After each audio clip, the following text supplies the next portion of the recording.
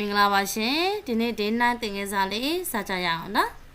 အဲ့တော့ဒီနေ့ဒေး9သင်ခန်းစာလေးက gradient 2ရဲ့အောက်က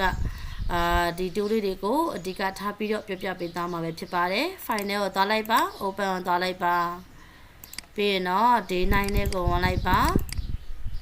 blur 2ရဲ့ smooth 2ရဲ့ dot 2ရဲ့ band 2ရဲ့เนาะ2လေးမျိုးเนาะblur ရဲ့ smooth ရဲ့ dot ရဲ့ band 2ရဲ့အဲ2လေးမျိုးကိုဒီနေ့ရှင်းပြပေးသားမှာပဲဖြစ်ပါတယ်အဲ့ဒါလေးကတော့ gradient 2မနေ့ကသင်ခဲ့တဲ့သင်ခန်းစာလေးရဲ့အောက်မှာเนาะမနေ့ကသင်ခဲ့တဲ့သင်ခန်းစာလေးရဲ့အောက်မှာ gradient 2ရဲ့အောက်မှာ blur 2ပြီးဒီ smooth 2ဒီကောင်တကယ်တော့ဒီမှာ3မျိုးရှိတာเนาะ blur 2 sharpen 2 smooth 2ပြီးရင်ဒီအောက်မှာဆိုရင် dot 2 band 2 spoon 2เนาะအဲ့တော့ဒီမှာအဓိကထားပြီး share တော့သုံးကြတာကျတော့ blur တော့ smooth တော့သုံးကြတယ်ပြီးသားဒီမှာ dot 2 နဲ့ band 2တော့သုံးကြတယ်အဲ့တော့အခု blur ကနေစပြီးတော့ကြည့်ရအောင်အဲ့တော့ blur 2လေးကိုရွေးလိုက်မယ် file ကိုသွားမယ် open ကိုသွားလိုက်မယ်ဒီချက်ကဒီပထမအဆုံးဒီ model လေးတရားကိုရွေးလိုက်မယ်အဲ့တော့ဒီပုံလေးတွေကိုသုံးတော့မယ်ဆိုရင် duplicate လုပ်ပြီးတော့မှသုံးပေးပါမွေးပုံကိုပိတ်ပလိုက်မယ်နော်အဲ့တော့အခုဘာသွားမှလဲဆိုတော့ blur 2နဲ့ sharpen 2နှစ်ခုသွားမယ်နော် blur ဆိုတာဝါတာ sharpen ကပြတ်သားတာအဲ့တော့ဝါတာဟုတ်မဟုတ်မျက်လုံးလေးပေါ်ထောက်ပြီးတော့ဆွဲကြည့်မယ်နော်အဲ့တော့သူ့ကိုသုံးတော့မယ်ဆိုလို့ရှိရင်ဒီမှာ blur ရဲ့တန်ဖိုး straight ရဲ့တန်ဖိုးအနည်းများကိုလည်း share တို့ပြင်ပေးရတယ် straight လက်တန်ဖိုးနည်းလေလေ blur ဝါတဲ့တန်ဖိုးနည်းလေလေ straight လက်တန်ဖိုးများလေလေဝါတဲ့တန်ဖိုးများလေလေပဲเนาะအခုဒီမှာထောက်ကြည့်လိုက်တဲ့ဆိုရင်မျက်လုံးရက်ဒီမှာဝါသွားတာကိုတွေ့ရလိမ့်မယ်ဒါကဝါတာကိုသိတာစေချင်လို့မျက်လုံးပေါ်ထောက်ပြတာเนาะတကယ်တမ်းဟိုမျက်လုံးပေါ်ဝါမယ်လို့ပြောတာတော့မဟုတ်ဘူးเนาะကိုကအသားရည်ချောတာတော့နည်းနည်းလေးဟိုတနခါးတွေပါဖြတ်ချင်တာတော့အဲ့လိုမျိုးဆိုလို့ရှိရင်အသားရည်တွေပဲဖြစ်ဖြစ်ကိုယ့်ရဲ့ object ကိုပဲဖြစ်ဖြစ်ဝါချင်တယ်ဆိုရင် blur နဲ့ဝါပေးရတယ် straight လက်တန်ဖိုးအနည်းအများကိုလည်းဒီမှာ share သုံးပေးရတယ်ပုံမှန်ကတော့သူက50ထားပြီးတော့သုံးတာများတယ်အဲ့တော့ share 54ထားလိုက်မယ်ထားပြီးသွားရင်ခုန order set လေးပြန်နေလိုက်အောင်မနော်ခြေစွမ်းက blur လေးနဲ့နှိပ်ပြီးထားလို့ရပြီ control J copy ပွားလိုက်မယ်ပြီးတော့ရင်နောက်ထပ်ထပ်ပေါ်လိုက်အောင်မယ် control J တပုံကိုဗလာသုံးမယ်တပုံကိုဒီဘက်ကပေါ့နော် layer 1ကိုဗလာသုံးမယ် layer 1 copy ကိုကျတော့ sharpen သုံးမယ်နော်အဲ့တော့ layer 1လေးကိုခြေက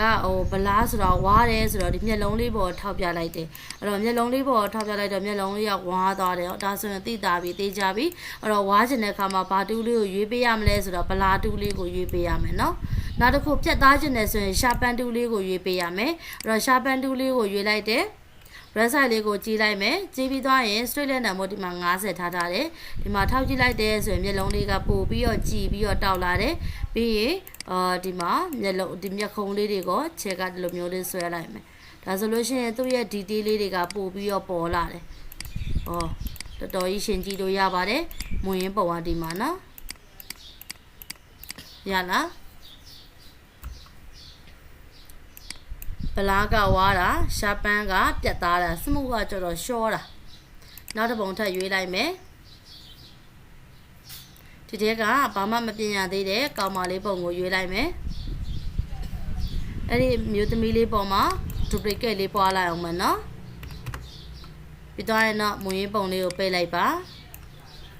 share အရင်ဆုံးသူ့ရဲ့မျက်နှာပေါ်မှာရှိနေတဲ့ပူလေးရင်ဖြောက်လိုက်အောင်မယ်ဒါဆိုရင်ဒီတဲကနေပြီးတော့ spot 2လေးကိုရွေးလိုက်မယ်spot 2လေးကိုရွေးပြီးတော့ brush side လေးကိုတေးကြည့်လုပ်မယ်ပြီးသွားရင်တော့လိုအပ်တဲ့ဒီမှာမလိုအပ်တဲ့ပူလေးတွေကိုလိုက်ပြီးတော့ဖြောက်ပေးလိုက်ပါကိုမလိုချင်တဲ့အပိုင်းလေးတွေပေါ့နော်ပြသွားပြီအဲ့တော့ဒီမျိုးသမီးရဲ့အသားရည်ကိုကြည့်မယ်ဆိုလို့ရှိရင်မျက်နှာလေးကနည်းနည်းလေးသူ့ရဲ့မူရင်းငကိုမျက်နှာပုံစံမျိုးလေးဖြစ်နေတယ်အဲ့ဒါကို share ကပါလို့ရှင်တယ်ဆိုတော့အသားရည်လေးကိုရှောသွားစေခြင်းနဲ့ဒါကြောင့်မို့လို့ ဒီထဲက smooth tool လေးကိုရွေးမယ် straight line တန်ဖိုးကို share က12လောက်ထားလိုက်မယ်မျက်နှာကို short မှမလို့12လောက်ထားမယ် straight line တန်ဖိုးများလေလေသူလည်းဒီ short တန်ဖိုးများလေလေပဲเนาะဒါကြောင့်မလို့ straight တန်ဖိုးကို12လောက်ပဲထားမယ်ပြီးရင်နှစ်ဖူးလေးရစပြီး share short ပြမယ်မောင်လေးကိုမလွတ်ဖမ်းနဲ့ဖိဆွဲပေးเนาะဟောတားရည်လေးချော့ပါတယ်ဒီမှာပြန်လုပ်ပြမယ် control order z z z website ကနည်းနည်းလေးကြီးတယ်သေးလိုက်အောင်မယ်မောက်ကိုဖိပြီးတော့ဆွဲသွားပါတော်တော်ရွတ်သိတာရယ်เนาะအသားလေးချောသွားတာကိုတွေ့ရပါလိမ့်မယ်သူရဲ့မျက်နှာရဲ့ဒီ direction အတိုင်းပဲ share လို့ဆွဲပေးရုံပဲเนาะပြီးတော့ရင်ဒီမျက်လုံးသားလေးကိုဆွဲမယ်မျက်လုံးသားလေးကိုဆွဲတဲ့အခါမှာ brush side ကိုတသေးလေးထားပြီးတော့ဆွဲပါ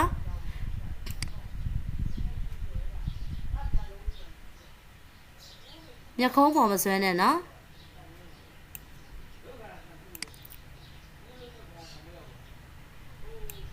ပြီးတော့ရင်ဒီနားလေးကိုအသေးစိတ်လေးချောပေးမယ်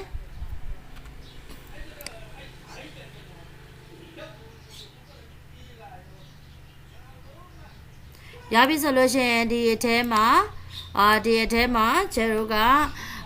ဒီ brush side လေးကိုကတနခါလိမ့်သလိုလေးပဲเนาะတနခါလိမ့်သလိုလေးပဲ brush side ကိုအပေါ်အောက်လေး share ထားပြီးတော့ဒီမှာသုံးကြည့်မယ်တကယ်လို့အပေါ်အောက်ထားလိုက်လို့အပေါ်အောက်အစင်းချောင်းနေပေါ်တယ်ဆိုလို့ရှိရင်ဒီလို down လိုက်လေးအလျားလိုက်လေးပြန်ဆွဲပေးเนาะ down လိုက်ဆွဲလို့အစင်းချောင်းပေါ်တယ်ဆိုရင်အလျားလိုက်လေးပြန်ပြီးတော့ဆွဲပေးပါဒါဆိုရင်တော့အသားရည်လေးကမူလအသားရည်အထက်ကိုပိုးပြီးတော့ရှော့သွားတာကိုတွေ့ရပါလိမ့်မယ်ညသွားပြီနော်နှာခေါင်းလေးကိုလည်းသူ့ရဲ့နှာခေါင်းရဲ့ direction အတိုင်းလေးအပေါ်အောက်လေးကိုတခြားလေးဆွဲပေးပါပြီးဒီအလေကောင်လေးကိုရောက်ပြီးဆိုလို့ရှိရင်တော့ brush side လေးကိုသေးပြီးတော့ဆော့ဝိုင်းတရံလေးဝိုင်းပေးပါနော်ပြီးဒီဘက်ကအရစ်ကလေးပေါ်တော့ဂါးငယ်ပုံစံလေးဝိုင်းပေးပါဒါဆိုရင်တော့သူ့ရဲ့အသားရည်ဒီငကိုအသားရည်ပုံစံမဟုတ်တော့ဘဲနဲ့အသားရည်ရှော့နေတဲ့ပုံစံကို share တို့တွေ့ရပါလိမ့်မယ်ဒါဆိုရင် share တစ်ရှမ်းပဲရှော့ပြတော့မယ်နော်ကျန်တဲ့တစ်ရှမ်းကိုရှော့တော့နော်ဟုတ်ပြီဒါဆိုလို့ရှိရင် smooth တို့တင်မျက်နှာချောချင်တဲ့အခါမှာသုံးမယ် straight line တန်ဖိုး12လောက်ထားပြီးတော့ share တို့သုံးပေးမယ်နော်ဒါဆိုရင်ဒီဘလာကဝါတာရှာပန်ကပြတ်သားတာ smooth ကကျတော့ရှော့တာနောက်တစ်ခုထပ်ကြည့်ရအောင် dot 2ကကျတော့အလင်းချိန်တာဘန်2ကကျတော့အမှောင်ရှယ်တာအလင်းအမှောင်ရှယ်တဲ့အခါမှာ dot 2ဘန်2နဲ့သုံးပေးရမယ်ဘယ်လိုလေးလဲဆိုတော့ချက်ကဒီပုံလေးကို copy လေးအရင်ပွားလိုက်မယ် control ကြည့်ပြီးသွားရင်ဒီထဲက dot 2လေးကိုရွေးလိုက်မယ်ရွေးပြီးသွားပြီဆိုလို့ရှိရင်ဒီအမျိုးသမီးရဲ့မျက်လုံးလေးတဲ့ကိုဒီဟာလေးကိုအလင်းလေးကိုနည်းနည်းလေးရှယ်လိုက်မယ်အဲ့ဒီမှာအလင်းရှယ်တဲ့အခါမှာအလင်းကတအားကြီးရှယ်နေတယ်ဘာလို့အဲ့လိုမျိုးအလင်းကတအားကြီးများနေတာလဲဆိုတော့ exposure တန်ဖိုးများနေလို့ပါအဲ့တော့ band top တို့သုံးမယ်ဆိုလို့ရှိရင် exposure တန်ဖိုးကိုအတိကကြည့်ပြီးတော့သုံးပေးရမယ်အတိုးရှော့လေးကိုဒီမှာလာပြီးလုပ်ပေးရမယ်နော်ဒါဆိုရင်အရင်ဖွေးသွားလည်းမဟုတ်တော့ဘူးသူရဲ့မွေးတက်ပို့ပြီးတော့ဖွေးတာကိုတွေ့ရပါလိမ့်မယ်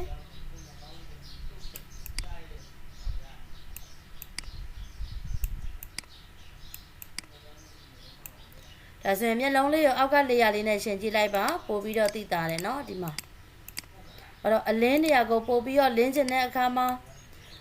dot တူလေးနဲ့သုံးမယ်မှောင်ချင်တဲ့အခါမှာဘန်တူလေးနဲ့သုံးမယ်ဒီမှာမျက်ခုံးလေးကိုဆွဲပြပေးမယ်မောက်ကိုတစ်ခါတည်းဖိဆွဲပေးเนาะ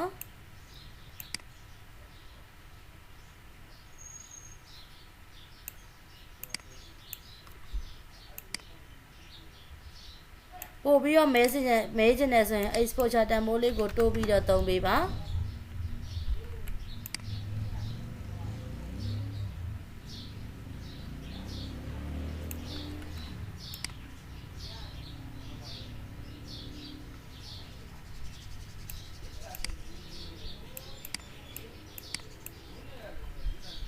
မျက်လုံးလေးကလှသွားပြီနောက်နေ့ကျရင်တော့ make up share နီးကိုသင်ငယ်စာထဲမှာထည့်ပေးထားတယ်เนาะဒါလေးကတော့ band dot 2လေးနဲ့ဒီလိုလေးသုံးလို့ရတယ်ဆိုတော့ကိုရှယ်ကပြောပြပေးတာပါသိတာတယ်เนาะ band dot 2လေးနဲ့နောက်ထပ်ဒီပုံလေးကိုထပ်ပြီးတော့ကြည့်ရအောင်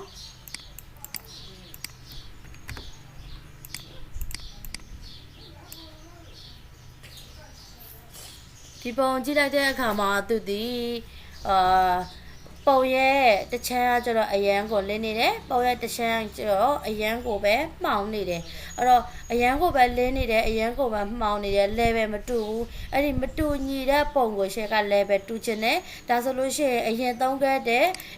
အရင်သုံးခဲ့ဘူးတဲ့ image adjustment တွေက level နဲ့တော့သုံးလို့မရဘူးသူကကျတော့မှောင်နေဆိုရင်တအားမှောင်သွားတယ်လင်းနေဆိုရင်သူကတအားလင်းသွားတယ်အဲ့တော့ရှယ်ကဒါနဲ့သုံးလို့အဆင်မပြေဘူးဒါကြောင့်မလို့ဒီထက်က dot to bundle လေးနဲ့သုံးမယ်မှောင်နေတဲ့နေရာလေးတွေကိုရှယ်ကပို့ပြီးတော့လင်းချင်တယ်ဒါဆိုရင် top 2လေးကိုရွေးလိုက်မယ်ပြီးတော့ copy ပွားလိုက်မယ်ရှင်းကြည့်လို့ရအောင်လို့နော် exposure တန်ဖိုးကိုဒီမှာပို့ပြီးတော့လင်းချင်တာဖြစ်တဲ့အတွက်သူ့ကို25လောက်ထားလိုက်မယ်ပြီးရင်တော့ကိုလင်းချင်တဲ့အပိုင်းကိုဒီမှာမှောင်နေတဲ့အပိုင်းကိုပေါ့နော်မိမိကိုလင်းချင်တဲ့အပိုင်းမှောင်နေတဲ့အပိုင်းကို brush လေးကိုအကြီးအသေးလုပ်ပြီးတော့ကိုလိုလိုဒီမှာဖိဆွဲပေးပါ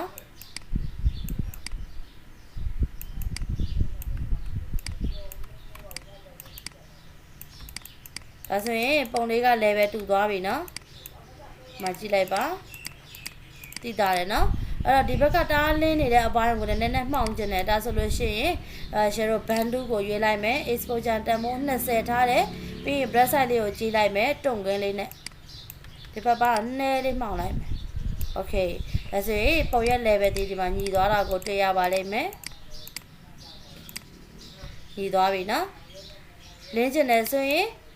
dot 2ကိုမှောက်ခြင်းနဲ့ဆိုရင် band 2ကိုဒါလေးတွေသုံးပေးပါရပြီလားဒါဆိုရင်တော့ band 2 dot 2ရဲ့အသုံးဝင်ပုံလေးကိုကျတော့ရသွားပါပြီအဲ့တော့ဒီနေ့သင်ခန်းစာလေးကတော့ blur ရဲ့ sharpen ရဲ့ smooth ရဲ့ပြီးတော့ရင် dot 2ရဲ့ band 2ရဲ့ပဲဖြစ်ပါတယ်အဲ့တော့ဒါလေးတွေကိုသေချာလေးလေ့ကျင့်ပေးပါနော်လေ့ကျင့်ရမယ့်ဖိုင်လေးတွေကို share တို့မျက်နှာလေး short ရတော့ပါလို့ဆိုဒီမှာmodel လေးတွေထည့်ပေးထားတယ်เนาะအဲ့ဒီ model လေးတွေကိုကြည့်ပြီးတော့အသားကြီးရှော့ရဖြစ်ဖြစ်ဗလားတွေ sharpen နဲ့သုံးတာဖြစ်လုပ်ပေးလို့ရပါတယ်အားလုံးကိုကျေးဇူးတင်ပါတယ်ရှင်ဒီနေ့သင်ခန်းစာလေးကတော့ဒီမှာလေးပဲနားလိုက်ပါမယ်နောက်ထပ်သင်ခန်းစာတွေမှာပြန်လည်ဆုံတွေ့ကြမယ်เนาะအားလုံးပဲစိတ်ချမ်းသာခြင်းကိုယ်ကျန်းမာခြင်းနဲ့ပြည့်စုံနိုင်ကြပါစေရှင်